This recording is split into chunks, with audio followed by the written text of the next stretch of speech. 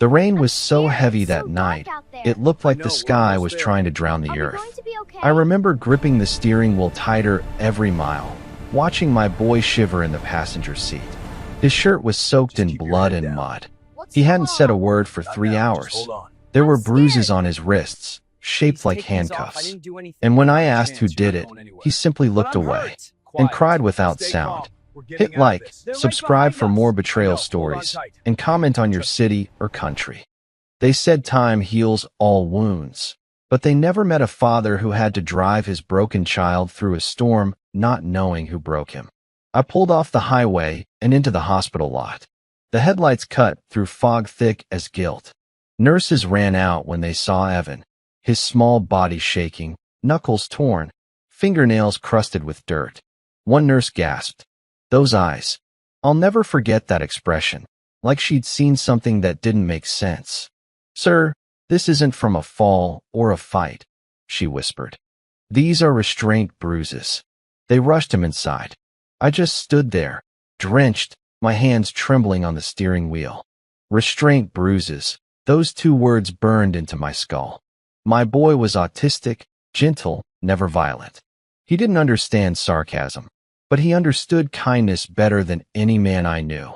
The thought of someone restraining him, that word felt like a knife. Inside the ER, I could still hear the flickering hum of fluorescent lights. They cleaned his wounds, but no one could fix the silence in his eyes. I kept waiting for my wife, Morgan. She was supposed to be at work at the county office. I called her once, straight to voicemail, twice. Then she finally texted, "Busy right now. Can you handle it?" Can I handle it? My son looked like he'd been through war, and she asked if I could handle it. The doctor came out a half hour later. "Mr. Ryder." That's when I knew it was bad. Doctors don't use your last name unless they're about to hand you hell. Your boy's been through trauma. Deep tissue bruising, partial dehydration. We found traces of industrial cleaner under his nails. We think he was held in a garage or a station house of some kind. A station house. I repeated. The doctor hesitated. "There are patterns that look like police-grade zip ties around his wrists." My heart stopped beating for a second. Police-grade. Only cops carried those. Back in the car, I turned on Evan's iPad. It had a tracking app that I used whenever he wandered too far. The last location was pinned 7 miles east of town, 117 Maple Street.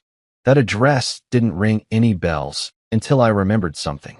The county's police captain, Victor Stroud, lived on that street.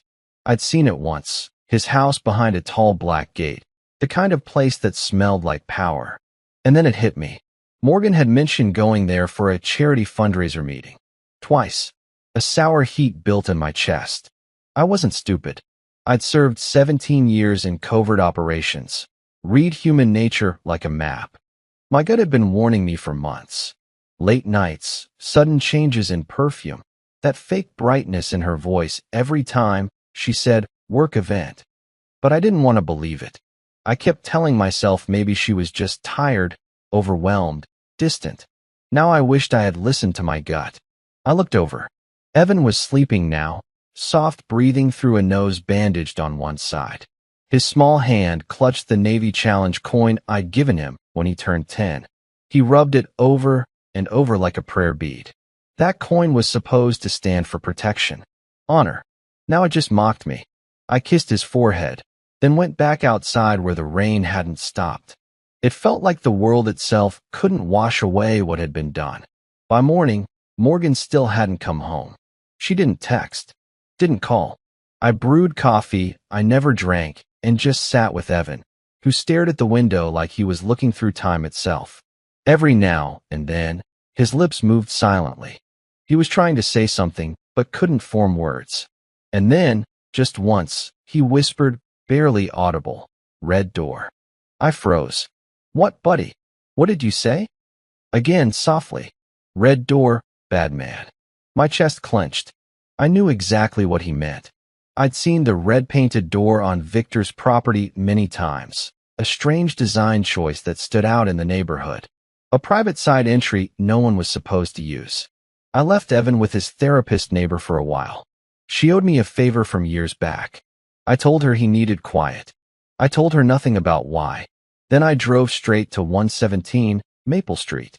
The gate was closed, but my badge from the army still carried weight. I flashed it and said there was an emergency. The rookie on guard didn't want trouble and buzzed me in. Victor's house looked staged, no sign of life, all glass and stone. But the garage door was red. I walked closer. The scent of bleach and metal hit hard. Every soldier recognizes that mix sooner or later. It's the smell of cover-up. The air felt wrong, like it remembered screaming. I knocked once. No answer. Then I heard laughter from behind the side fence. Deep. Mocking. Victor stepped into view wearing a towel around his neck, sipping coffee like Sunday morning. His uniform jacket hung carelessly on a hook. "Well, look who it is," he said. "The hero dad." I didn't say a word. I just stared at him, rain dripping off my jacket. "You look tired, Hunter," he continued. "You want a coffee? Or you came all the way here to cry about your kid?" His tone, casual, arrogant, ripped through my restraint. I said quietly, "What did you do to my son?" He laughed. "Oh, you mean the little freak that scratched my squad car? You should teach your brat some respect." He leaned close. Or maybe I already did. The world went silent for a second. I remember hearing only my pulse. Then my fist connected with his jaw so hard his coffee cup shattered midair. Blood splashed against the red door. Officers inside started shouting as Victor stumbled back, smiling through broken teeth. "You just assaulted an officer," he hissed. They cuffed me within seconds. Knees on my back, boots pressing down. I barely heard them reading my rights. As they dragged me away, Victor stood under the porch roof, holding his jaw, smirking. And then the moment that burned into me forever, he laughed. Laughed just like he had when Evan was hurt. Loud. Mocking. Knowing no one could touch him. Through the rain I shouted, "You think this is over? You think the system will keep you safe?" He laughed harder. "The system is me, pal." They slammed me into the patrol car. Victor leaned in the window, whispering, "You better get your wife under control too. She's been awfully nervous lately." The door slammed shut. That laugh echoed in my skull all the way to the station. That night in the holding cell, I didn't sleep. My reflection in the glass wasn't a father anymore. It was the shadow of the man I used to be before the uniform came off and I tried to live normal. I had spent my life hunting men who tortured for power. Now one of them had tortured my flesh and blood, and laughed. Every breath I took burned like a promise. I wasn't going to kill him quick. No, I was going to dismantle everything he stood for, brick by brick, nerve by nerve. When dawn broke, an old voice called my name from outside the cell. "Still getting yourself in trouble, huh?" It was Julian, my former unit partner. His hair now white at the edges, but eyes as sharp as I remembered. He posted bail without a word. As we walked out, he looked at me sideways. "I heard about Evan," he said quietly. "You're not thinking of doing something stupid, right?" I didn't answer. He sighed. "I can see that look again. You only get eyes like that before a mission." I turned to him and said, slow and steady, "This isn't a mission. It's justice." When I got home, Morgan was waiting, arms crossed, face painted with fake worry. "What did you do?" she hissed. "What did I do?" "He tortured our son," I said. Her face didn't flinch, just coldness. Her phone kept lighting up beside her on the counter. "Victor." My hands clenched at my sides. She said quietly, "You're making things worse, Hunter. For all of us. Victor's got connections. You're risking everything we built." "We," I repeated. "We stopped being a we when our son came home broken and you didn't." She didn't look at me after that. She just left the room, took her phone, and whispered something before closing the door. When I walked past, I heard it clearly. Her voice, shaking, but not from fear, from guilt. "Don't worry, baby. He won't touch you again." That's when I knew. She wasn't talking to Evan. She was talking to him. I stepped outside and stared down the empty street as the rain started again. Lightning struck somewhere in the distance, carving the sky open for a second. I looked up at that storm and whispered to myself, "You laughed at my boy. You mocked my blood. You thought I was done with the war. You were wrong. The storm raged harder. And for the first time in years, the soldier in me woke up. Julian drove me home in silence, windshield wipers cutting through the early morning drizzle. Every thud of the blades sounded like a countdown. He kept his hand on the wheel, glancing over at me now and then. He wanted to talk, but there was nothing left to say. When we reached my driveway, he turned off the ignition. You know, once you cross that line again, there's no coming back. I opened the door. I crossed it when they chained my boy. He didn't stop me. Inside, the house felt colder than the rain. The table was clean, too clean. No breakfast dishes, no mother's touch, no apology note. Just silence. Morgan had left early. She hadn't even checked on Evan. He was in his room, stacking puzzle pieces. Same pattern he always loved.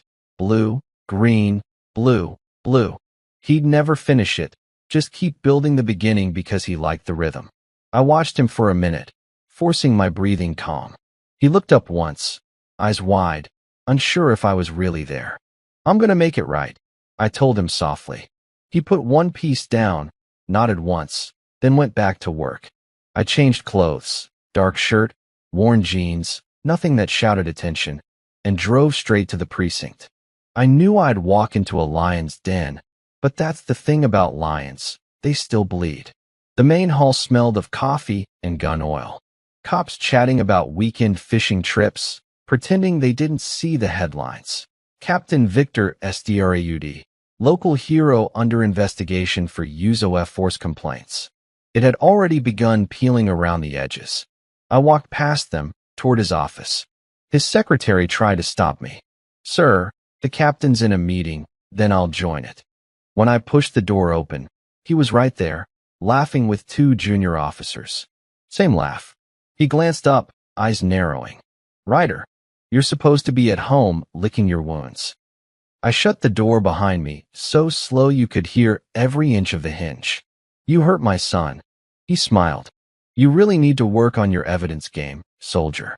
He motioned toward the younger cop. Mind waiting outside, boys. Family drama. They left, uneasy. When the latch clicked, it was just me and Victor. The air got dense enough to taste. He leaned back, tapping the bruise on his jaw. You hit hard. Must still be using that Spec Ops rhythm.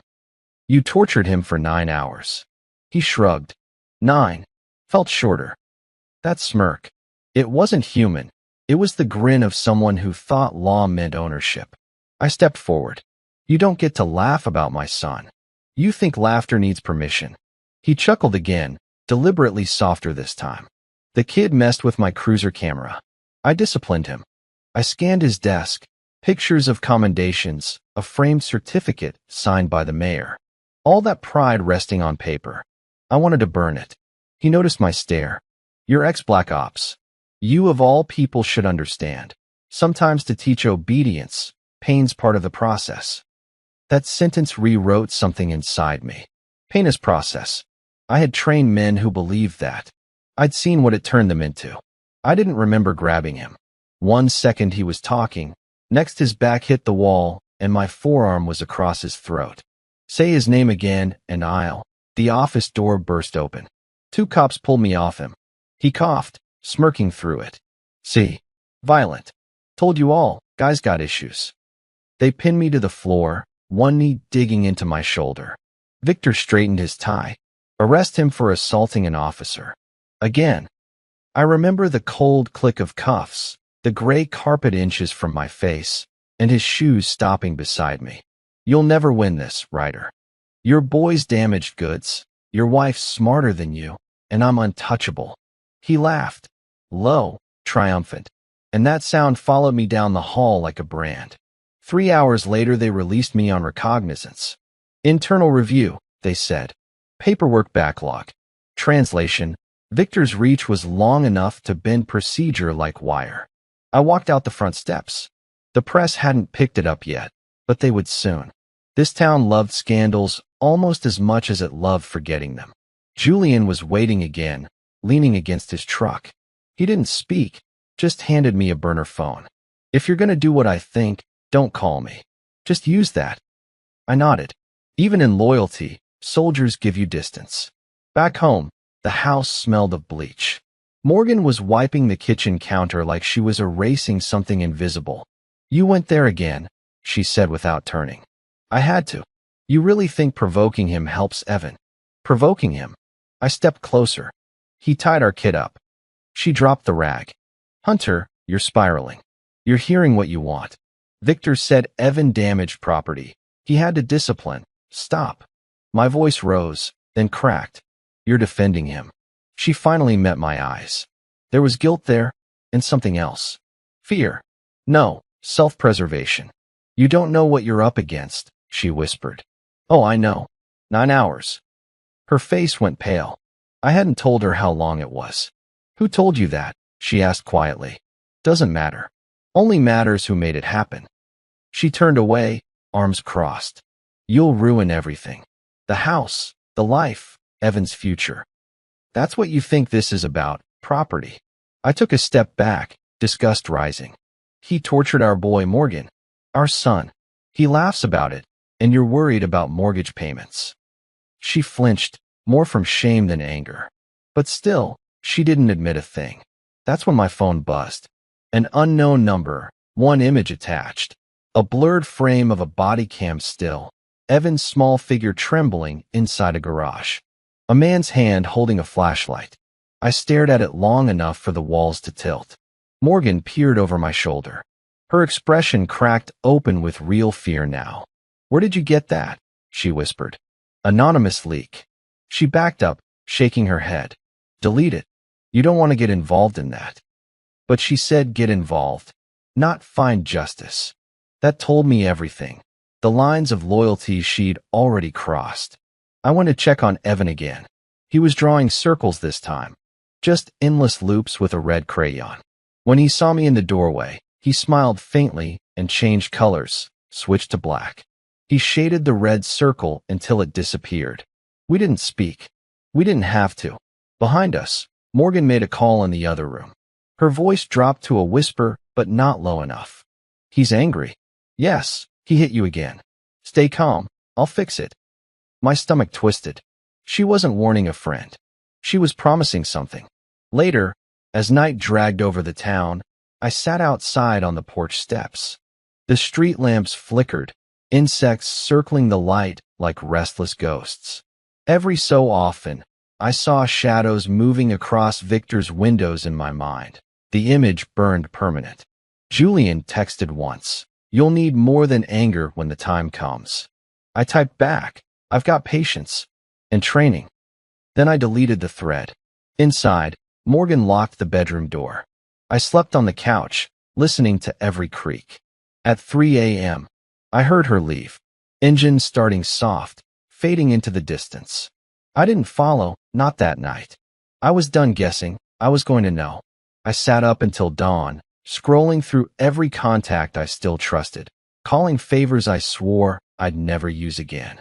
By sunrise, 3 different former intelligence men owed me their silence. By noon, the secure drive arrived by courier, Julian's doing, no doubt. It contained redacted case files, precinct time logs, and one folder labeled Stroud Underground. I opened it slowly. Each document felt like another shovel of dirt over the man's reputation. Falsified arrests, missing evidence, payoff receipts from local dealers. But one entry froze me. The date matched the night Evan disappeared. Protective detail logged. Subject, Morgan Ryder. He'd assigned himself to protect my wife. I laughed once, bitter and hollow. Protective detail, sure. The page below carried a single note in Victor's handwriting, scanned. Keep the boy quiet. Shepherd by morning. I read it twice, 3 times. Keep the boy quiet. It wasn't a misunderstanding anymore. It was intent. When Morgan came home later, perfume heavy, eyes red from lack of sleep, I didn't ask where she'd been. I was past that. She murmured something about clients and meetings, but her voice wavered like a rope about to snap. She went upstairs without waiting for my reply. Evan drew silently at the table. This time, 2 stick figures beside the red circle, one tall, one small. Then he crossed out a third figure standing apart. It took everything in me not to cry. I turned off the lights, sat beside the window, and wrote down a single line in my old field notebook. He laughed at my son. Tomorrow, I take the laughter away. The pen dug a groove into the paper. The soldier inside was no longer asleep. He was awake and steady. Thunder cracked again outside. Somewhere down the block, a dog barked once and went silent. In that sound, I heard a promise. No more reporting. No more begging the system. From here on, every step would be deliberate, methodical, cold. Tomorrow, I'd start. And by the time it ended, the world would forget Captain Victor Stroud ever laughed. I didn't sleep that night.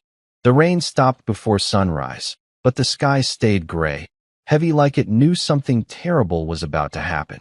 I sat at the kitchen table watching the steam curl off my mug. Evan was still asleep. Morgan hadn't come out of the bedroom. I kept seeing Victor's smile every time I closed my eyes, and that sound, that infuriating laugh, echoed behind my ribs until breathing hurt. By morning, I knew I couldn't just wait for karma. Karma was too slow. The world only changes when someone forces it to. The phone buzzed. Unknown number. I hesitated, answered. Hunter Ryder, a low voice said. Yeah, this is public affairs. We're calling about a formal notice from the county prosecutor's office. What notice? Case against Captain Stroud dismissed. Conflict of evidence and mental instability of the complainant. My hand shook. You're saying he's free. Was never charged, sir. Click. For a long minute, I didn't move. Just listened to the quiet tick of the wall clock and felt how easily truth could be erased on paper. I grabbed my truck keys. The engine coughed once before starting. Same as me in the mornings. Too much smoke, not enough fire. I drove toward town on autopilot until the courthouse sign appeared through fog. Inside, the hall reeked of floor polish and bureaucracy. At the reception desk, I demanded, I need to see the district attorney. The clerk didn't even look up. Name, Hunter Ryder. It's about the Stroud case. She typed, frowned. Closed. Evidence withdrawn. Withdrawn by who? Confidential.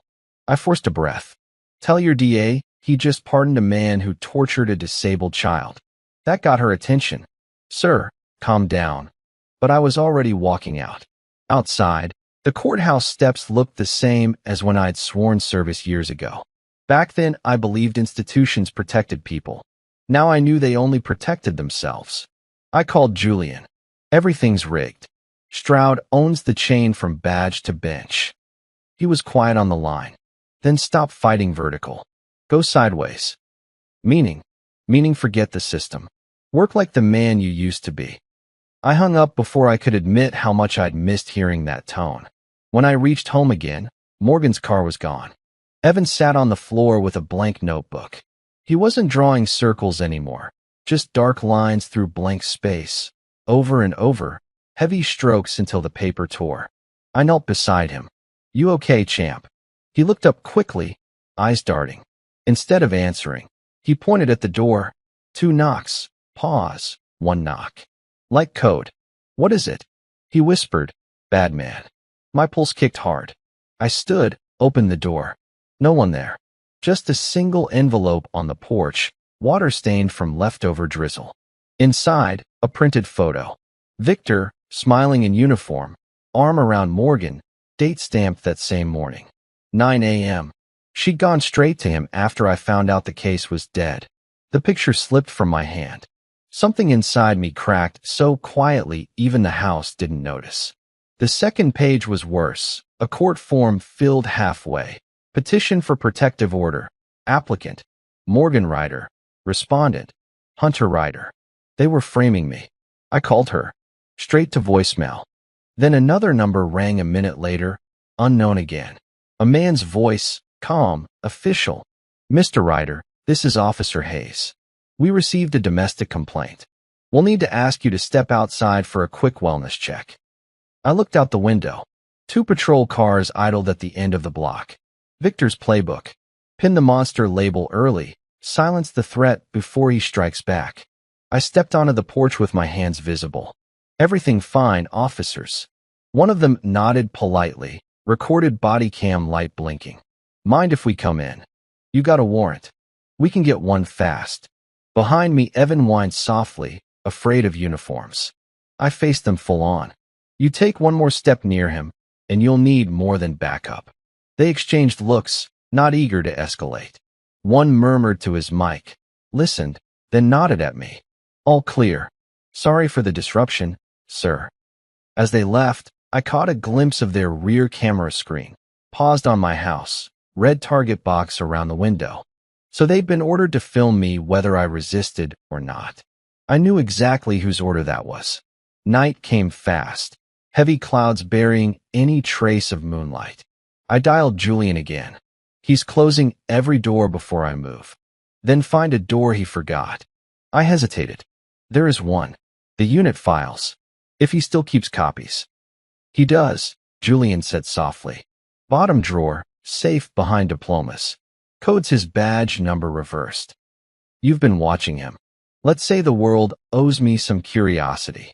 I drove under cover of darkness toward the precinct again, parking 2 blocks away. I didn't need weapons. I needed proof. Inside the lobby, the night shift was thin. I flashed an old credential, a bluff most rookies wouldn't challenge. The elevator hummed upward like a distant heartbeat. His office door was unguarded. Perfect hubris. I switched off the light, used my phone torch low against the floor. Diplomas, family photo, desk still smelling of cheap bourbon. Bottom drawer, exactly where Julian said. The safe read 8401. I reversed it. 1048. The click was beautiful. Inside, flash drives, a thick folder, and a silver lighter engraved Sic Parvis Magna. Greatness from small beginnings. The kind of motto sociopaths love. I slipped everything into my jacket, shut the safe, and as I turned to leave, a voice broke the silence. I wondered when you'd try. He was standing in the doorway, arms crossed. No gun visible, but plenty of confidence. Can't sleep without my souvenirs. I asked. Nah, he said. Just new men like you don't quit until they ruin themselves. He took one slow step inside. You know your wife came to me crying tonight. Said she's scared for her life. Of course she did.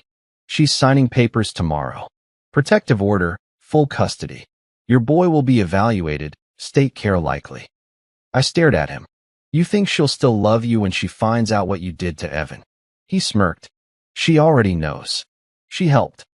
For a breath, time simply stopped. The word help didn't register. Maybe he saw the disbelief, because he chuckled. Oh, she begged, sure. But when panic wore off, she wanted to save her perfect reputation, not the kid.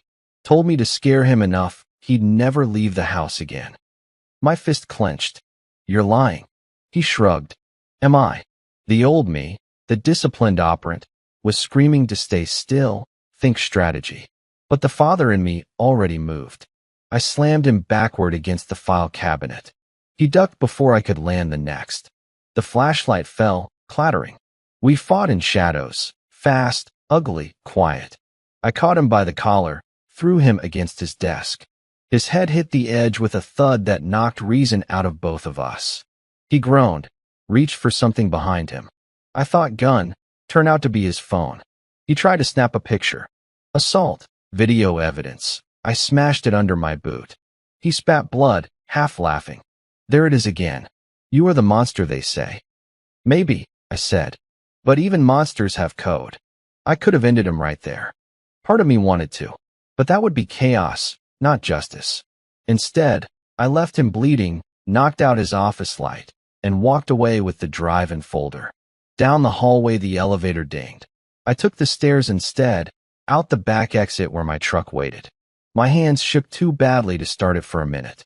When I finally did, the sound of the engine felt like a gunshot in the quiet city. Back home, I opened the folder on the kitchen counter. Inside, corruption ledgers, names of judges, cash movements, photo proofs, and Morgan's. She'd signed off on a community outreach fund managed by Victor, the same fund tied to missing evidence warehouses. Every signature, hers. No more doubts. She wasn't collateral. She was part of it. I sat back, staring at the ceiling. She'd chosen survival over family. I could almost hear her reasons. Fear, pressure, promises. But excuses die fast when a child pays the price. From upstairs came a soft shuffle. Evan. He patted down barefoot, blanket dragging. He blinked at the bright kitchen light, looked at the pile of papers. I reached out. Hey, buddy. It's okay. He tilted his head, studying my face. Then he pointed at one photo. Victor shaking hands with a judge, and said, without stutter, bad man. 2 words. Clear. Sharp. First real sentence he'd spoken since it happened. I swallowed hard. Yeah, pal. Real bad. He pressed the photo flat against the table, like sealing a pact.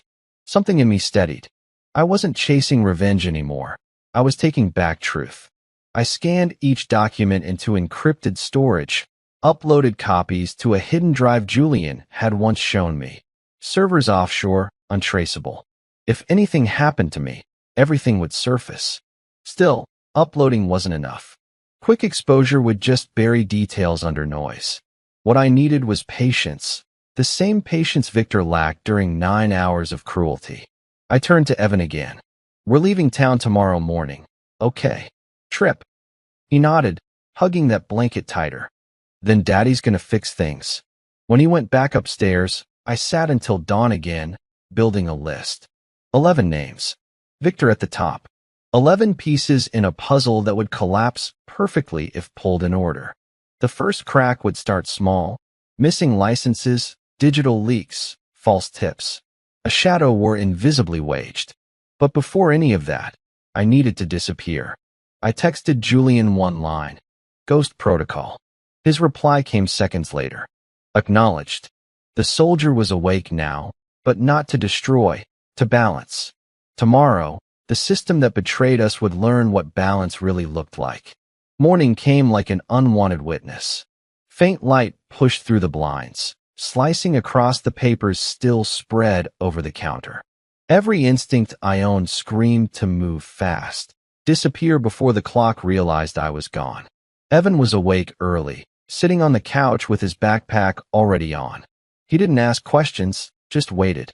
I think he knew, somehow, that normal life had packed up overnight.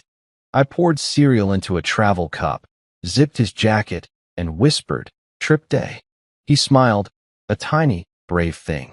By 8 a.m., we were rolling out of town in my truck, old country road humming under the tires. I watched the skyline shrink in the mirror and felt the weight ease just slightly. The city had turned into a trap. Now it was behind us. Halfway to the neighboring county, I pulled into a boarded-up rest stop and parked behind the rusted vending machines. Open fields stretched for miles. Perfect no-signal zone. Julian arrived 10 minutes later, his pickup coated in dust. He stepped out carrying a duffel that looked heavy enough to change a life. "Didn't think you'd call that phrase again," he said quietly. Neither did I. He glanced through the window at Evan, who was riding his toy car along the dashboard. "You sure about bringing him? He's not safe anywhere else." Julian nodded, then opened the duffel. Old habits smelled like gun oil and static, a rugged laptop, encrypted drives, a compact transmitter with military stamps filed off. "This is your ghost kit," he said. "Spoof IDs, dark web relay, untraceable comms. Plus, he handed me a black, weather-worn file case. Everything we collected back in the unit. Intel on dirty officers, contractors, politicians. Years of rot." I ran a thumb over the cracked leather. "You kept it this whole time. Didn't trust storage." I opened the file halfway. Inside sat outlines of names crossed with red pens, evidence fragments, extracted confessions. It was like touching history's hidden arteries. I recognized at least 2 judges from Victor's circle. Julian leaned against the truck. "You could burn half the state with that box. I only need one fire to start." He studied me for a long moment. "Be smarter than the enemy, Hunter. No open violence. Let their own paperwork swallow them." I closed the case. 15 days. His brow furrowed. 15. I met his eyes. 9 hours for Evan. 15 days for them. Every day, another crack in their armor. He didn't argue. He just said, "We'll need a safe location. Remote, off-grid." He thought for a moment. "There's an abandoned training site 40 miles out, decommissioned after the floods. Concrete, isolated, power possible if we rig generators. Fits the pattern you like." Evan's quiet voice floated from the passenger seat. "Red door." We both looked over. "I'll build one," I said. Different meaning this time. By nightfall, the safe site was ours, a broken-down compound behind willow trees, roof half collapsed, still sturdy enough to keep secrets. I set up the portable lights, generator rumbling low. Evan curled under a blanket in an improvised cot. Julian ran cables linking his system. These lines go live in 12 hours. Once they do, we can drain any dossier through burner nodes. I opened Victor's stolen drive. The screen poured static first, then files, payment flows, offshore codes, access to local servers, plus a security cam feed archive labeled training footage, private. The timestamp matched the week Evan disappeared. Julian saw my face tighten. "You sure you want to see it?" "I already see it every time I blink." He backed off. I pressed play. The video opened on a wide concrete room, like a basement or small garage. Victor's voice echoed, calm, calculated. "Hold him still. You never hear your child's cry the same way after something like that."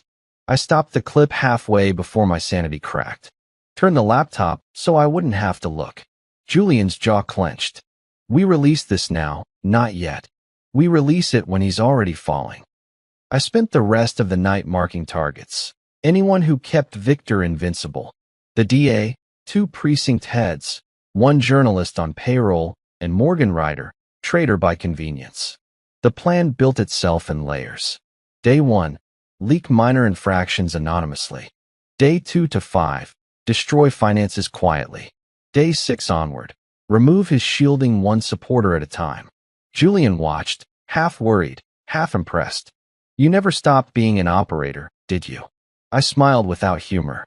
"I just forgot what peace looked like." Morning number 2 at the compound. Evan woke to the sound of birds instead of sirens. He walked outside barefoot, looked around, and giggled under the open field light. It was the first laugh since everything. I made him breakfast on a camp stove. He ate messy but happy. Julian watched from distance, muttering, "Kid's tougher than both of us." When Evan ran off to chase butterflies, Julian said quietly, "You can still back off, you know. Start new elsewhere." "There's no elsewhere until this ends." He sighed, handed me a small envelope. "Then here. It's your goodbye plan if something goes wrong. IDs for both of you, cash spread across states." I tucked it inside the black file. Let's make sure I don't need it. By noon, servers were live. I slid Victor's drive into the port, masked under 6 proxy names. The monitor filled with directories, legal documents, encrypted messages. 1 message thread labeled Morgan R. I clicked. Text after text, her sending him photos of our living room. Notes like he's losing it, and you'll be rid of him soon. Each line was a needle. Then came 1 attachment. Evan's medical file, confidential, forwarded from her employee email. She'd handed over their access passwords. I whispered to no one. She gave him everything he needed to hurt us. Julian looked at me from across the desk, not asking what I found. Just nodded once. "That's your tipping point, isn't it? It's the moment half me dies." That evening, with Evan asleep, I opened the black file again and added a new page. On top of every other corrupt name, I placed 1 more. Operation Red Door, subject Victor Stroud. I wrote underneath it, commences in 72 hours. Julian rubbed his temples. "You're really clocking it." "Precision is mercy," I said flatly. "Long enough that he unravels, short enough he can sense it happening." He studied me. "You could send it all to the Bureau tonight. Let them swallow each other. They'd bury it in procedure. I need him conscious of his own fall." He didn't try to stop me. Partners understand silence. As dark poured in again, I walked outside. The air smelled of wet soil and pine. I stood under it until the anger cooled into focus. Somewhere miles away, Victor probably sat at home, drink in hand, joking to whoever still dared laugh with him. Morgan might be there too. I looked at my hands, calloused, scar-lined, steady. These weren't hands built for law petitions. They were built for precision. From behind, Julian called out, "You'll call it justice, but it'll feel like war." I nodded. Then it's familiar territory. Inside, I found Evan asleep clutching the coin again. His breathing was soft, rhythm even. I laid an extra blanket over him and whispered, "Just a little longer, kid. Dad's bringing us home." Then I sat before the monitors, opened Victor's personnel portal through his stolen credentials, and typed one message scheduled with time delay to local media. A single teaser headline. Captain Victor Stroud under investigation. Leaked documents suggest police corruption and abuse. No sender. No trace. Timer set in 72 hours. The fuse was lit. The final act of the night was quiet. I sealed the black file, slid it into a waterproof compartment beneath the floor panel, replaced the board exactly as it was. If anyone found me here, they'd only see empty walls and a generator hum. Julian was already half asleep in the corner chair when I muttered, "You think justice ever feels clean?" He opened one eye. "Never did for me." Same here. I shut down the last light, sat on the floor beside the file's hidden spot, and let the sound of crickets fill the room. For the first time in years, I didn't feel powerless. I felt inevitable. 3 days. 15 total. 15 to balance the scales. And when it ended, not even the red door in Victor's memory would stay closed. 72 hours passed without sleep. Every line of code burned behind my eyes. Every leak timed like a heartbeat. By the third sunrise, the first tremor hit. An anonymous news alert. Possible internal investigation into Captain Stroud. Julian showed me the headline on his phone. Phase 1 works. I nodded. He'll tighten security now. Perfect cover for extraction. Evan stacked rocks outside the compound, humming off-key. He was calm again, safer here than anywhere under city cameras. I watched him a moment, memorized it. Because once the next phase started, nothing about me would feel gentle. I adjusted the comm receiver. "We track him tonight." "What's the bait?" Julian asked. His pride. By evening the storm returned. Fat raindrops slamming into the tin roof like a countdown drum. Victor would be leaving late. Corrupt men always hide in work after bad publicity. Through hacked GPS data, I saw his route update. Patrol bunker to private motel bar, just like clockwork. The plan required silence. His car had a blind zone west of Old Route 6, an overlooked service stretch cameras never covered after budget cuts. I parked the decoy van there 2 hours ahead, left the hazard cone trail exactly as logistics used to teach, subtle enough to appear accidental. Julian monitored feedback at base. "He's moving. ETA 6 minutes.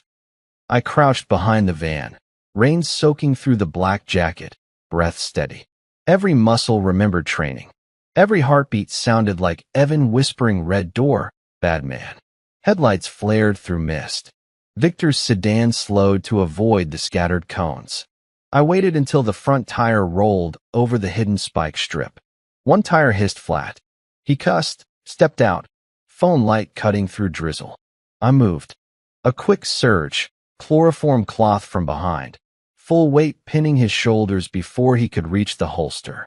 He fought, exactly like trained men do, elbows flailing for leverage.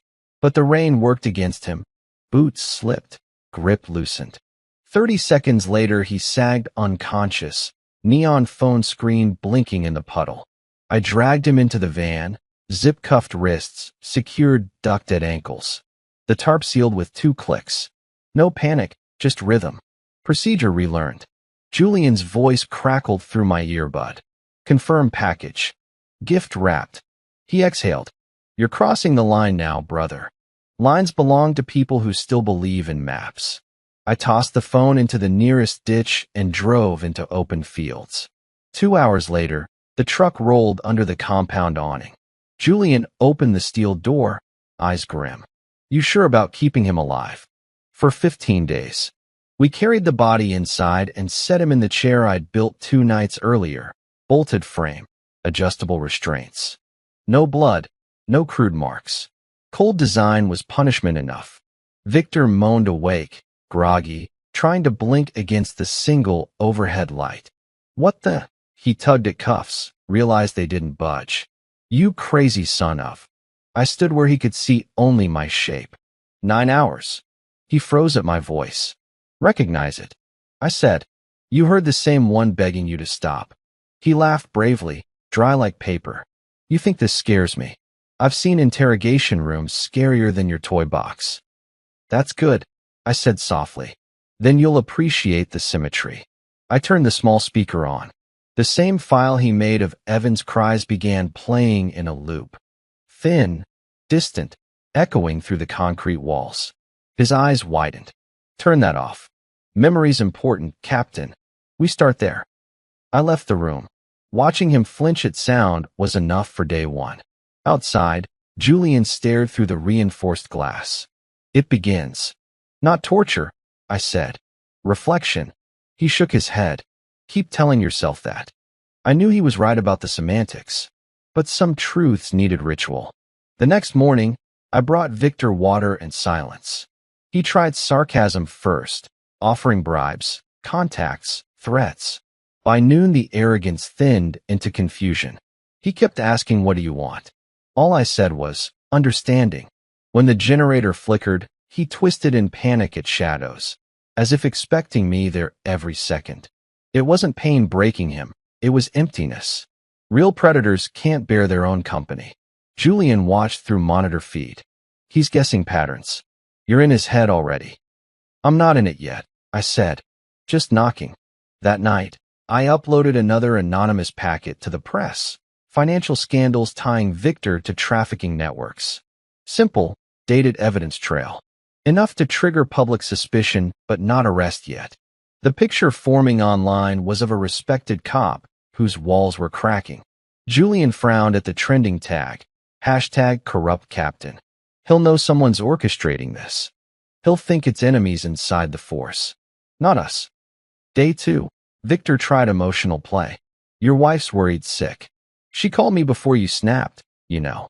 She was scared of you. Said you talked about enemies in the shadows. I walked closer until he flinched. And you encouraged her, right? Told her I was losing grip so she'd feed you information. She loves me, he said, daring me. Then that's her sentence.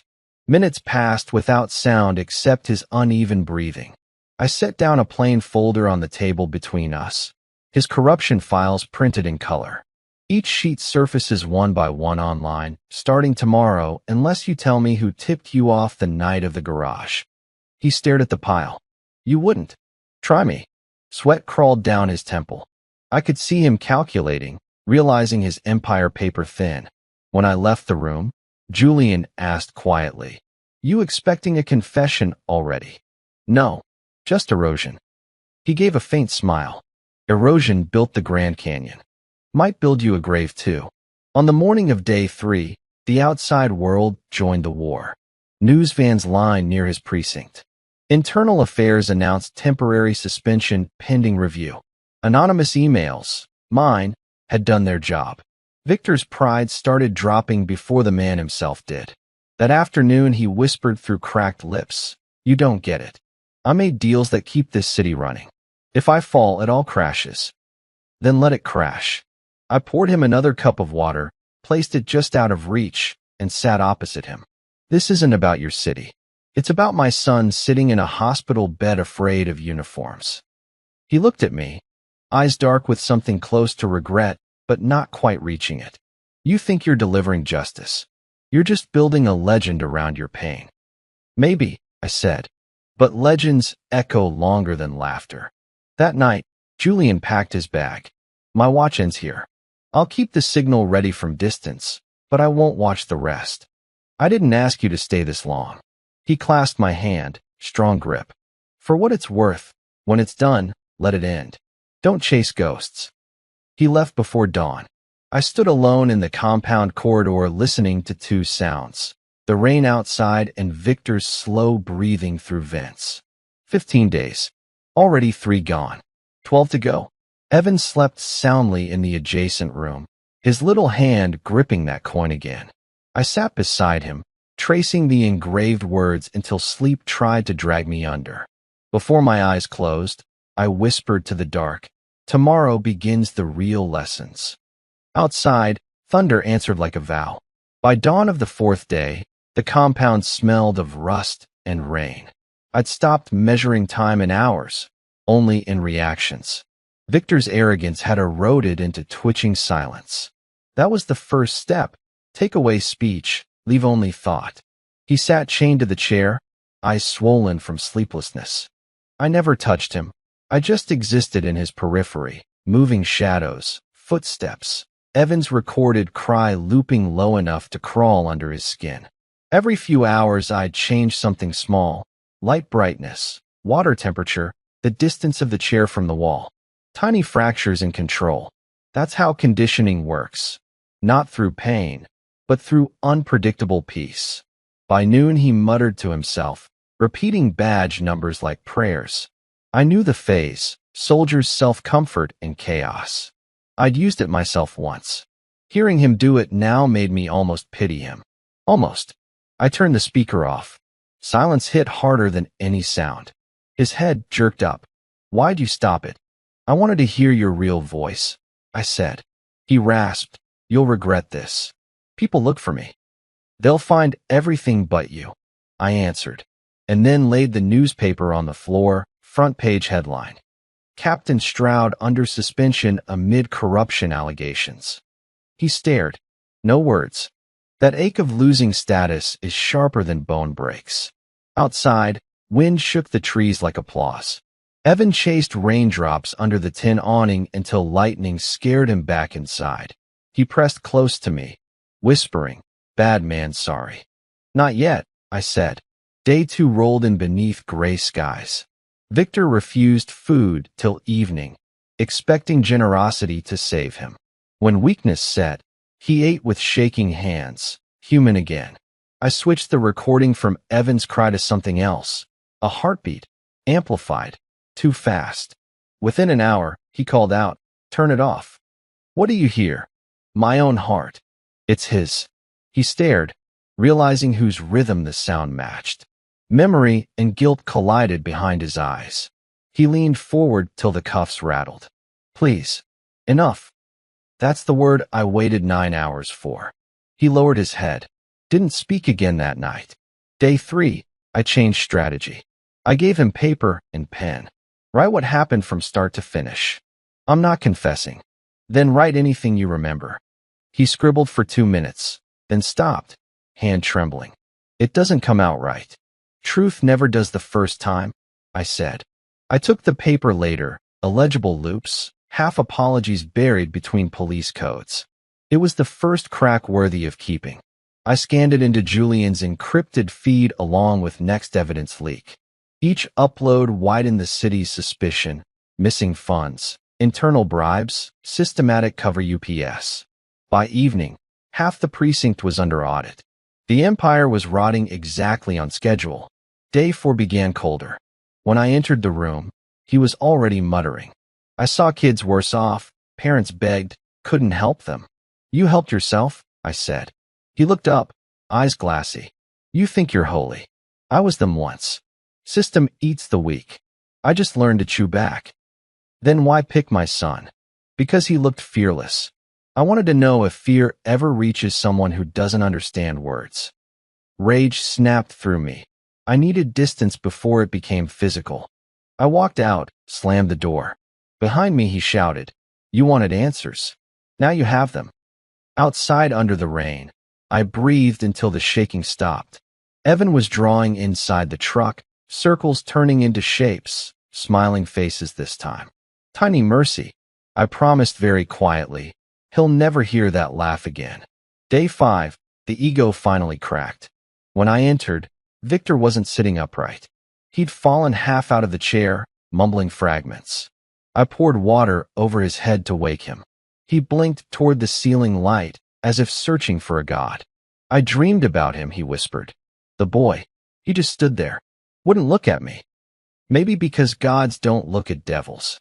He just sighed. You think killing me fixes it. I'm not here to kill you. I'm here to measure how far a man can bend before he breaks.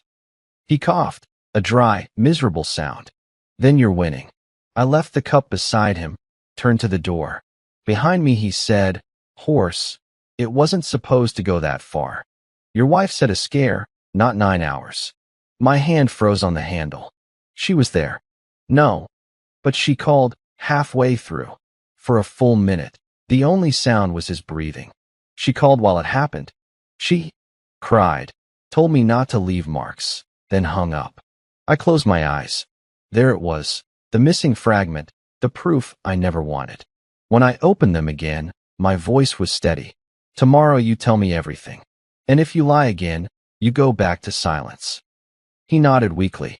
I stepped outside into dawn just breaking, colors pale, unreal. Evan slept curled against the dashboard, his dream world still safe. I looked at him, then at the horizon bleeding light, and thought, 5 days done. 10 ahead. Understanding achieved. Next comes truth. Day 6 broke gray and cold, the kind of weather that seeps into your bones and stays there. I didn't sleep. The sound of Victor's voice, she called halfway through, kept replaying in my mind like a fractured tape. Morgan hadn't just ignored the torture, she had sanctioned it. I walked into the room with a syringe in my hand. It wasn't lethal, just a mild sedative mix Julian had packed, sodium pentothal variants used for field interrogation. Enough to lower inhibitions, make the tongue heavy and honest. Victor saw the needle and flinched, rattling the chains. What is that? Poison. Clarity, I said. I injected it into his arm before he could pull away. He gasped, then sagged back as the chemicals hit his bloodstream. His breathing slowed. His eyes drifted, unfocused but aware. We're going to talk about that night, I said, pulling up a chair. And this time, the lies stay in your throat. He chuckled, a slurry sound. You think chemistry changes history? No, just who tells it. For the next 4 hours, I peeled him apart layer by layer. The sedative stripped away his arrogance, leaving only the raw, ugly truth beneath. He confessed to bribes, to planting evidence on rivals, to running protection for local cartels. But I didn't care about the money. The night, I pressed. Tell me about the night. He swallowed hard, fighting the drug. She brought him, said he needed discipline. Morgan brought Evan to you. No. She dropped him, near the garage. Said, fix him so he stops wandering. My stomach turned. And you took him inside. Yeah, tied him to the lift. He closed his eyes, memory pulling him under. He didn't scream at first, just stared, like he wasn't there. Then I started the noise. Loud music, sirens, strobe lights. He shuddered. Overload, sensory break. That's what she said worked. She told you how to break him. She gave me the list of triggers. I stood up, the chair scraping loud against concrete. My wife, Evan's mother, had provided a manual for his torture. She knew exactly what hurt him most. Loud sounds, flashing lights, confinement. And she handed that weapon to a monster. I left him babbling to the empty room and walked outside. The rain had stopped, leaving the air thick and electric. I needed to hit something, break something, but discipline held me still. Instead, I opened the encrypted channel to Julian. Subject confessed complicity of third party. M.R. confirmed. Julian's reply came instantly. Do you want the extract team? No. She's mine. Days 7 through 9 were a blur of calculated dismantling. I didn't visit Victor often. The isolation combined with the drug withdrawal did the work for me. He started hallucinating, seeing shadows move, hearing phantom sirens. I focused on the outside war. The leaks were working. The city was in chaos. Mayor's office under siege by reporters, police chief resigning. And Morgan. I tapped into the home security cameras I'd secretly installed months ago. She was pacing the living room, phone glued to her ear. She looked thinner, frantic. She was calling Victor's burner phone, the one now sitting on my desk at the compound. I watched it ring. Wi-Fi flashing on the screen. On day 9, I answered. Silence on the other end. Then a breathless whisper. Victor. Oh God, where are you? They're asking questions. They found the fund transfers.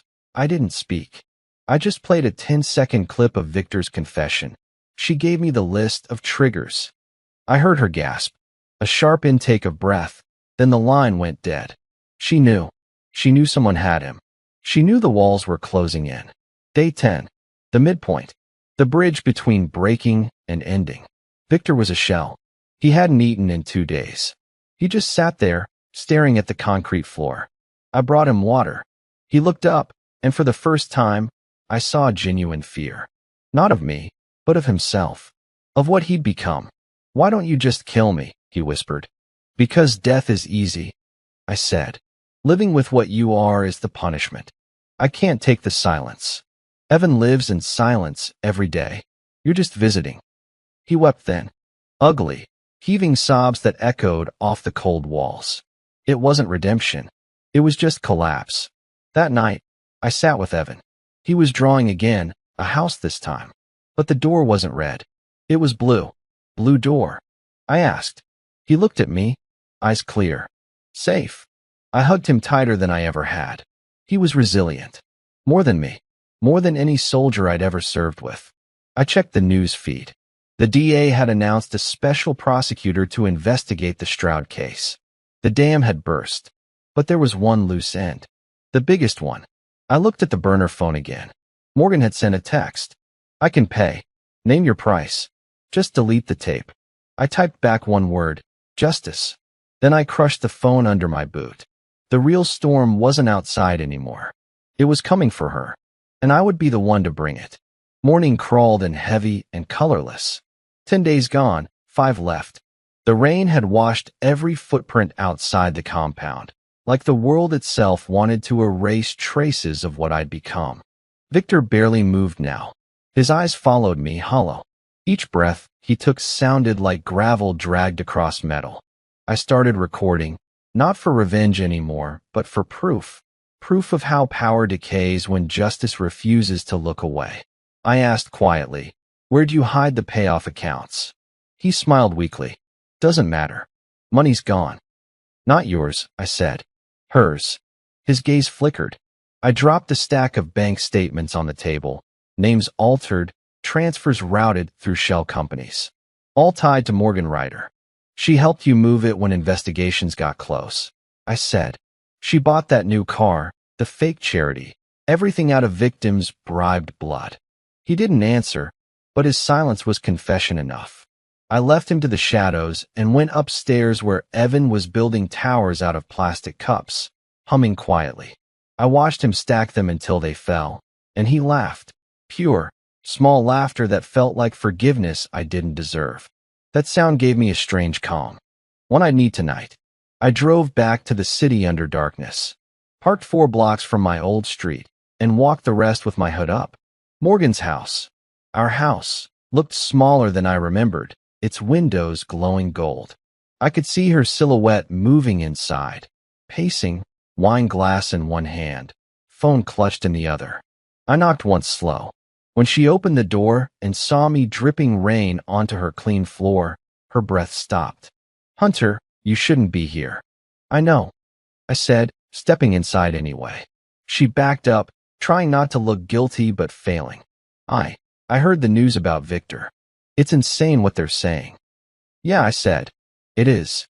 She swallowed hard. "Whatever you think he did." I cut her off. "He told me everything." Her face changed. Gone was the frightened wife act.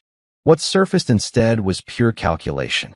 "Then you know why I had to do it," she whispered. "He was out of control. You were obsessed with your missions, your paranoia. I just wanted stability, by giving him our son's triggers." My voice cracked despite my effort to keep it steady. She froze. Her lips parted like she might deny it, but truth spilled faster than excuses. "I didn't think he'd go that far. He promised." I laughed once, no humor. "He promised. You trusted a sadist over the father of your child." Tears came, practiced once. "I was scared, Hunter. You don't understand what it's like living with someone who's always ready for war. I thought. You thought I'd protect you even from your guilt, I said. And you were right. Until now. She looked up, trembling. What are you going to do? Show you what silence feels like. I lifted the small recorder from my pocket, placed it on the counter, and hit play. Victor's drugged voice filled the kitchen.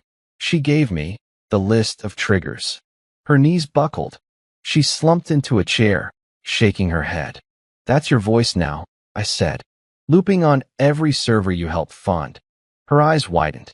You uploaded. No, no. Please, Hunter. My job, my reputation. I walked toward the door. Those belong to you. Evan never did. When I stepped outside, she screamed my name, but the storm swallowed it. Back at the compound, Victor was awake, waiting. You faced her, he said hoarsely.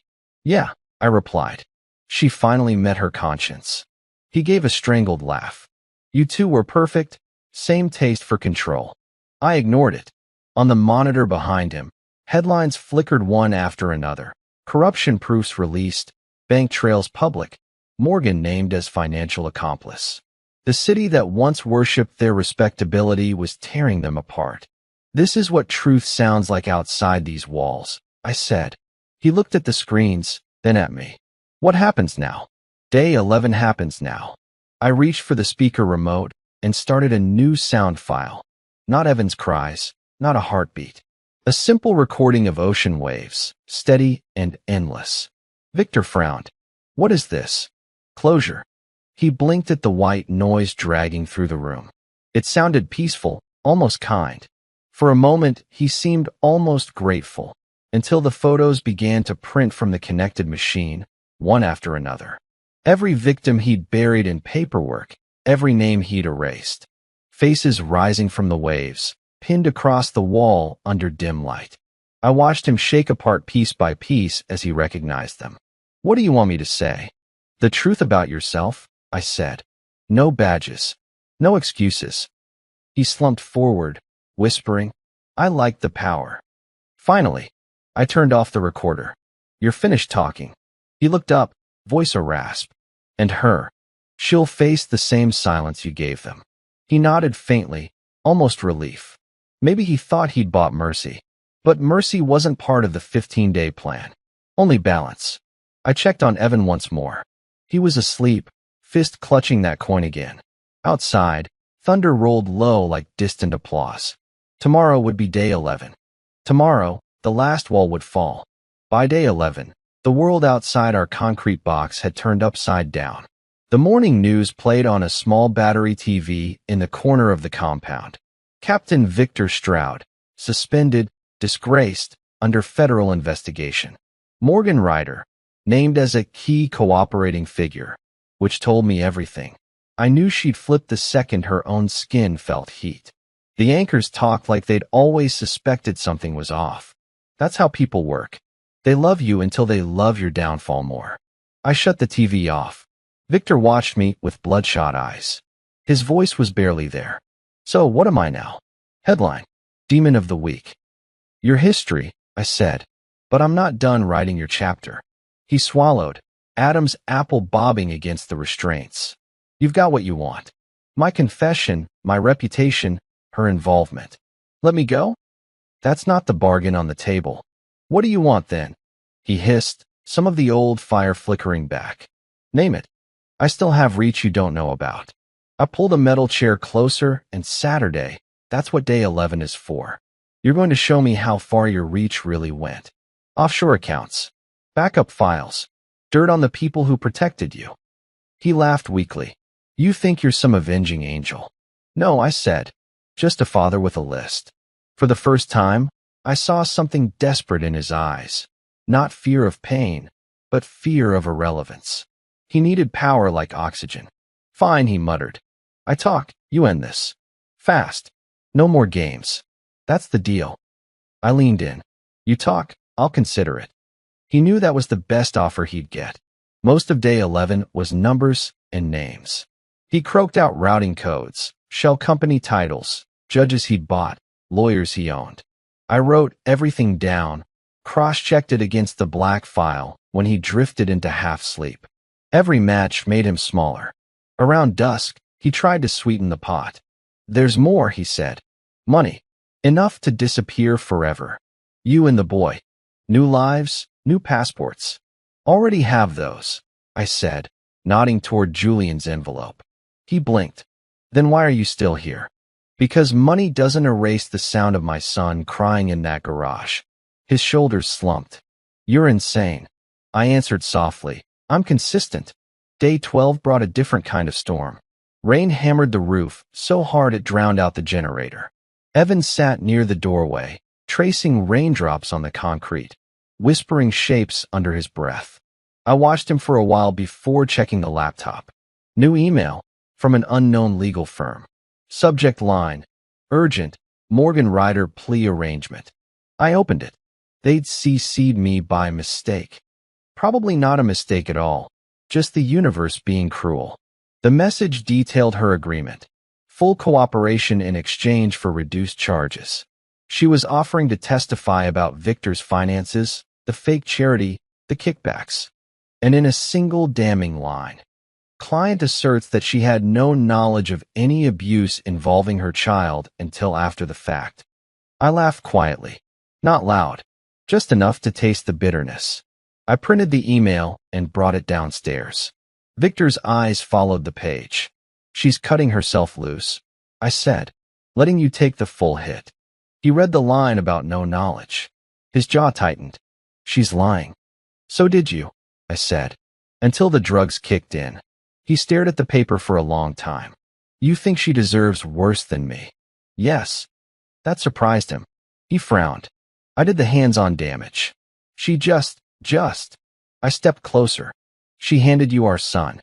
She armed you with his fears. You're a monster, Victor. She's the one who opened the door and invited you in." He didn't argue. That silence told me he finally saw himself clearly, just a weapon someone else chose to aim. That night, I took Evan on a short drive down the back road. Windows cracked to let the cool air in. He pointed at the stars, counting them in his own broken rhythm. "Daddy," he said softly. "Yeah, bud. You mad?" The question caught me wrong. I gripped the wheel, took a breath. I was. A lot. But not at you. He nodded like that answer mattered more than anything. "I'm safe." "You're safe," I said, "as long as I'm breathing." He seemed satisfied with that. He fell asleep before we got back to the compound, small head lolling against the seatbelt. I lifted him out gently, carried him inside, and watched him sleep a while. That's when I knew what day 15 really would be.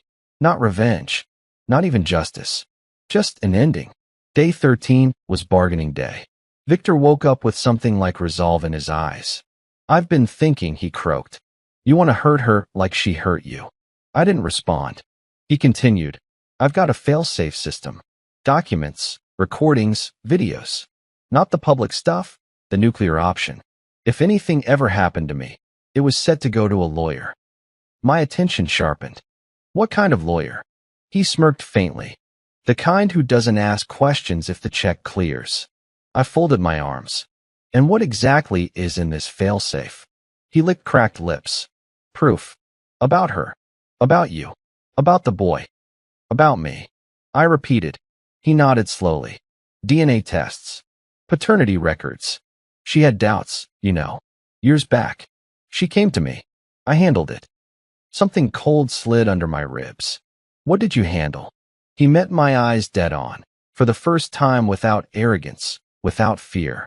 The truth about whose kid he really is. The room shrank. Air got thick.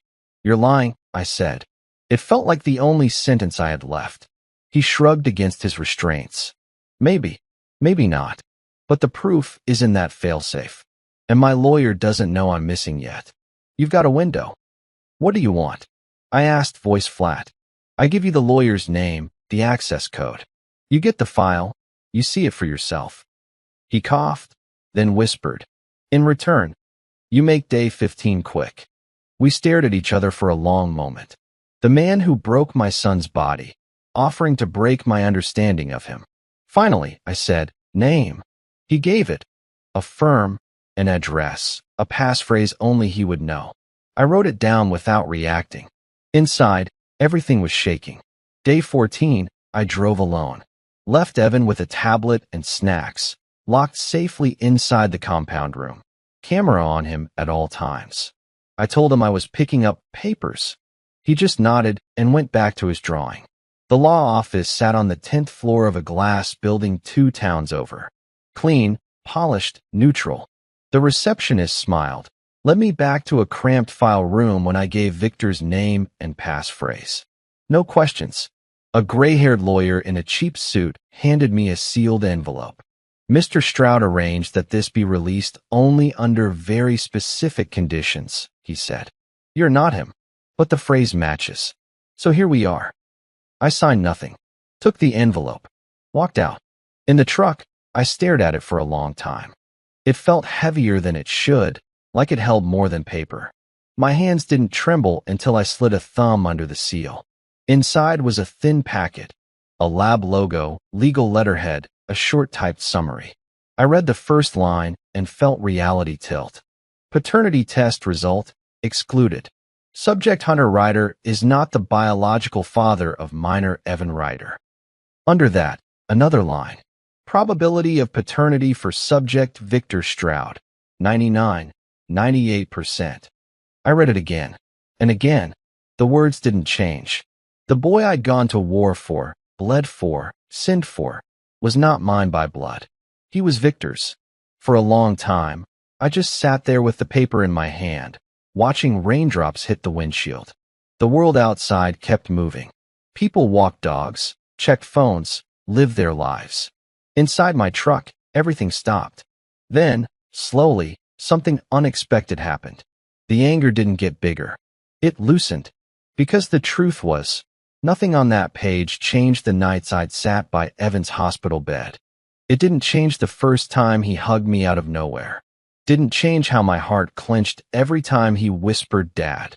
Blood might have started him, but love had raised him. And love didn't care about lab reports. I folded the document once, twice. Pulled a lighter from the console. Watched the flame eat the corner and curl the edges black. I dropped the ashes into an empty coffee cup. By the time it was done, the paper was nothing but gray dust. You don't get that power, I said softly, to Victor, to Morgan, to the whole twisted system.